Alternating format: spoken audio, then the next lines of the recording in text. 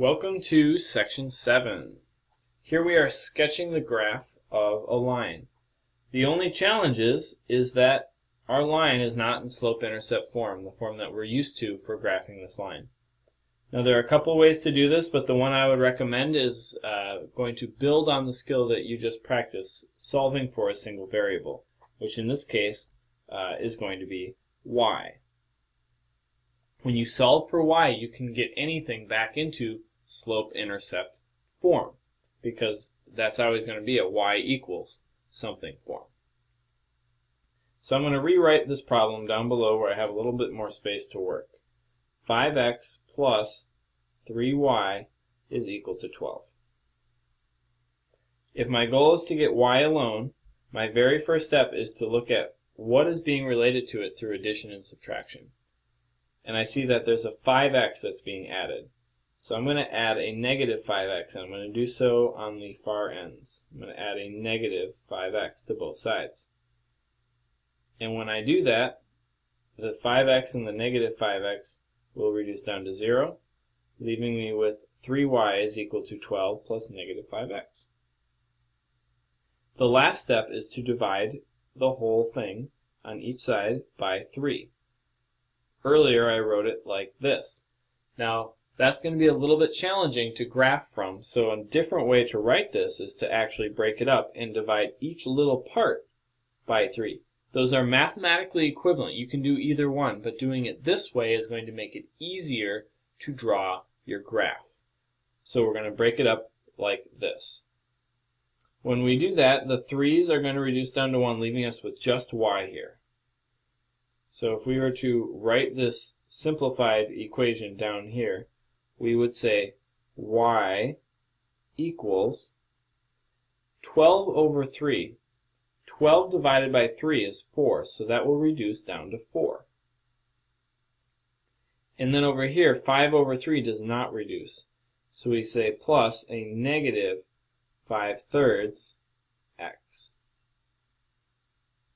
That almost looks like slope-intercept form. The only thing that's a little bit off is that 4 seems to be in the wrong place. Usually the single number is off on this side.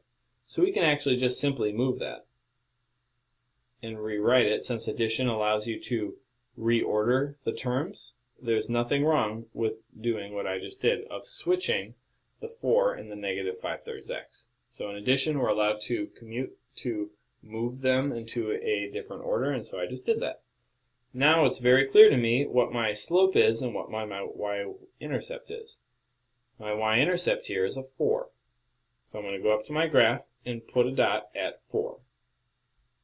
My slope is negative 5/3, which means I'm going to count down 1, 2, 3, 4, 5, and I'm going to count over 3. 1, 2, 3. The negative says that as I go over, I'm going to be going down, so this makes sense. And that new point then is going to be right down there. I'm going to draw my line, best of my abilities here, draw a straight line through those 2 points, and I have just completed my graph. So let's try the next example. I have x, I'm going to write this down below, x minus 2y is equal to 6. My goal is to get y alone, and I see that I have an x related to it through addition or subtraction. The x is positive, so I'm going to add a negative x to both sides. When I do that, the positive and negative x reduce to 0, leaving me with 2y equals 6 plus negative x. If I want to get y alone, I need to divide everything by negative 2, because these are being related through multiplication. I undo that, I undo multiplication through division. As we did earlier, I'm going to divide each of these separately by negative 2, because it will make it easier to get it into that slope-intercept form, even though it's mathematically the same as just dividing the whole side at once. And when I do that, the negative 2 and negative 2 will reduce down to 1, leaving me with just y over on the left. I have a 6 over negative 2, and 6 divided by 2 is 3, 6 divided by negative 2, thus, is negative 3. So y equals negative 3 plus, I have x over 2, but there is a negative on top and bottom, and when you have a negative on top and bottom of the same fraction, those will eliminate each other going back to positive. So plus x over 2. Now that's a little bit confusing because usually I'm used to seeing numbers on top and bottom of the fraction.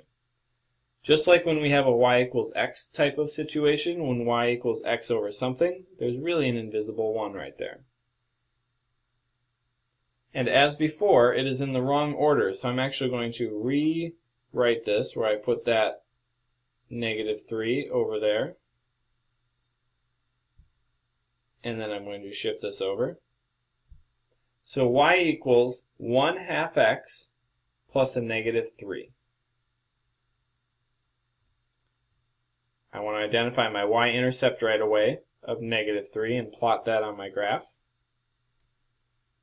I also want to look for my slope. My slope is going to be 1/2. That means that I am going up because 1/2 is a positive number. And a rise of 1, a change in y of 1, versus a run of 2, a change in x of 2, is going to gradually go up like that. And so I can draw this line here,